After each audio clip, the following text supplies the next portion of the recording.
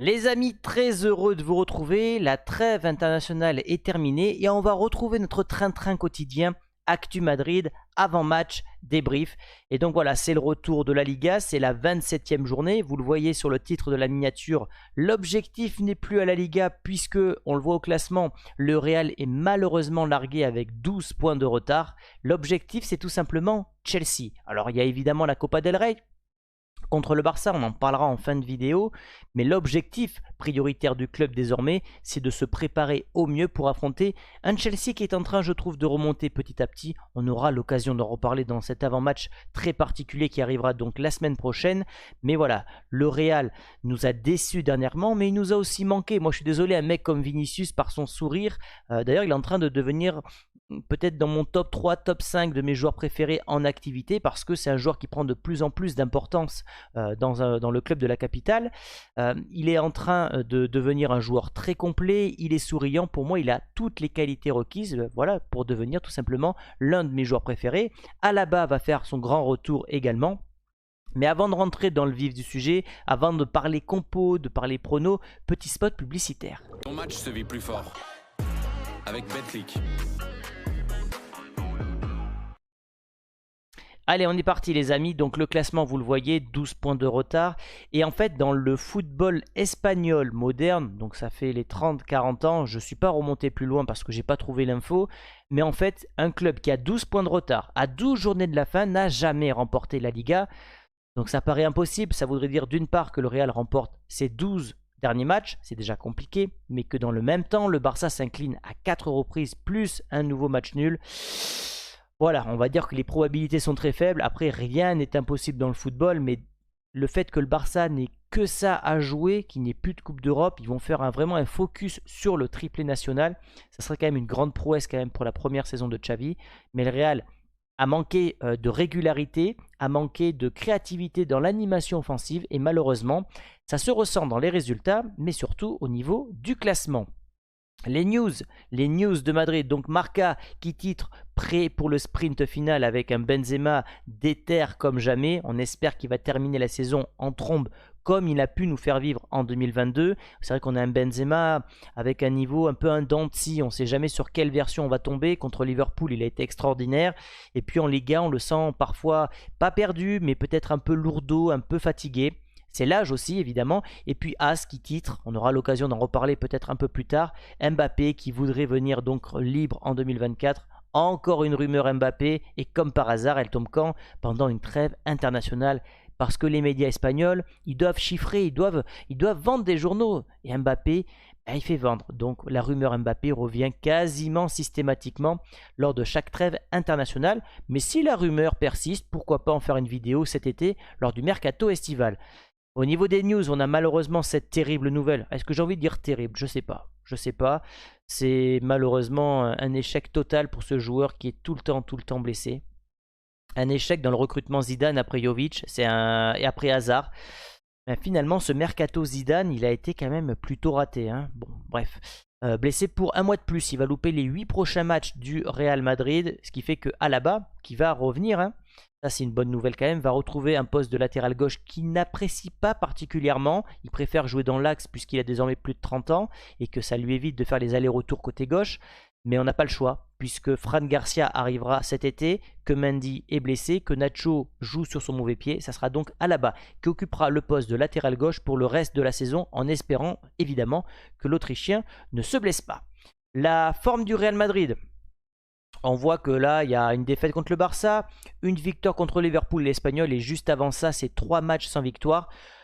Grosso modo, on est sur un club tout simplement qui manque de régularité, qui est capable de faire des matchs extraordinaires contre Liverpool, le match aller, le match retour, mais qui est capable de nous décevoir contre le Barça, de nous décevoir contre le Betis et l'Atlético Madrid.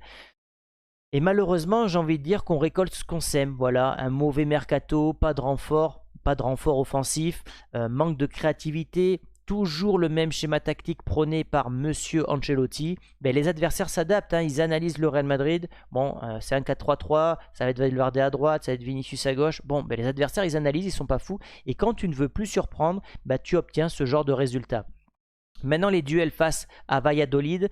Bon, c'est un club qui réussit plutôt bien au Real, hein, donc on en est à 5 victoires et un match nul sur les 6 dernières rencontres. On le voit là, donc là il y a eu en 2022 une victoire à l'extérieur 2-0.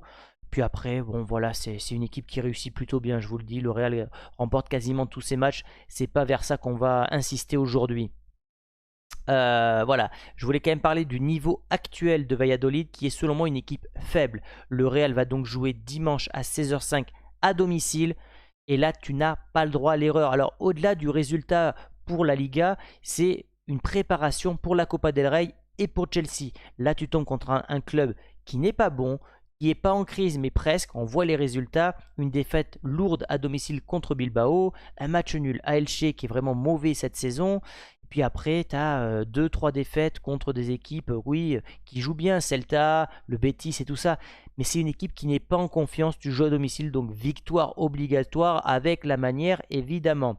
Au niveau des compositions qu'on nous propose, je vais l'analyser. Je ne sais pas pourquoi on me propose Lounine là sur WhoScored. J'ai pas eu l'info comme quoi Courtois était absent, mais pour moi Courtois va jouer, donc là il y a une erreur. Au niveau de la défense, cependant, là je pense qu'on est sur du très très bon. Carvaral, Militao, Rudiger, Alaba. Et petite chose à signaler, depuis qu'on a cette charnière centrale qui joue des matchs ensemble de manière régulière, Militao, Rudiger, on encaisse moins de buts.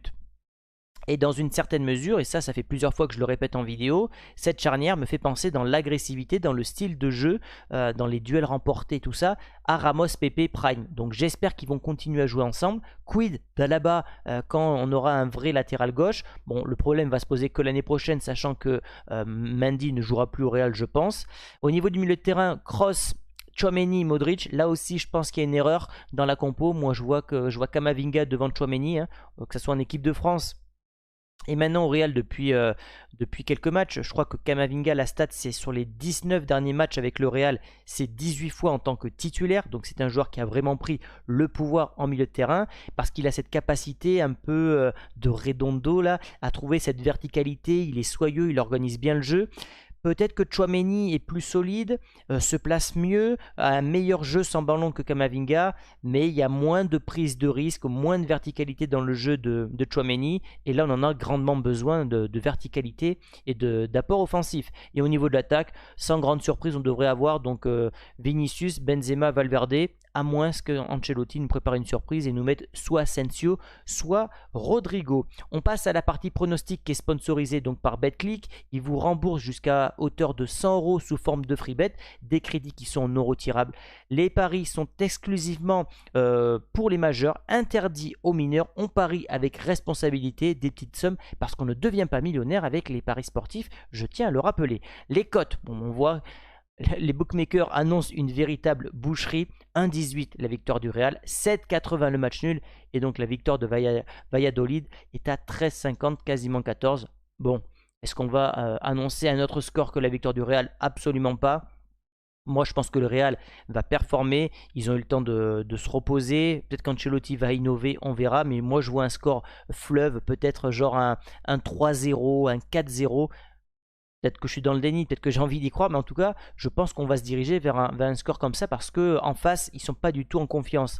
But pour les deux équipes, non. Parce que Valladolid, c'est pas bon en ce moment. Et puis parce qu'on a retrouvé une solidité défensive, comme je viens de le dire tout à l'heure, avec Rudiger, Militao et même Courtois. Donc je partirai sur but pour les deux équipes, non, coté à 1,67. Et au niveau des buteurs, pourquoi je vous mets toujours les buteurs? Parce que c'est intéressant de voir la hiérarchie qui change au fur et à mesure des matchs. Et on a un Rodrigo et un Vinicius qui sont désormais passés derrière Alvaro et Marco Asensio. Benzema est toujours le favori parce que c'est le meilleur buteur du club. Pas cette saison, mais de manière générale. Asensio est remonté parce que, mine de rien, l'Espagnol se rapproche des 10 buts, toutes compétitions confondues, et je ne sais même pas s'il n'a pas déjà dépassé cette barre-là. Et moi, je partirai sur un but de Vinicius, côté à 2,13. Je sens qu'il va bien terminer cette saison, donc j'ai envie de partir sur Vinicius, et c'est d'ailleurs pourquoi je l'ai mis sur la miniature.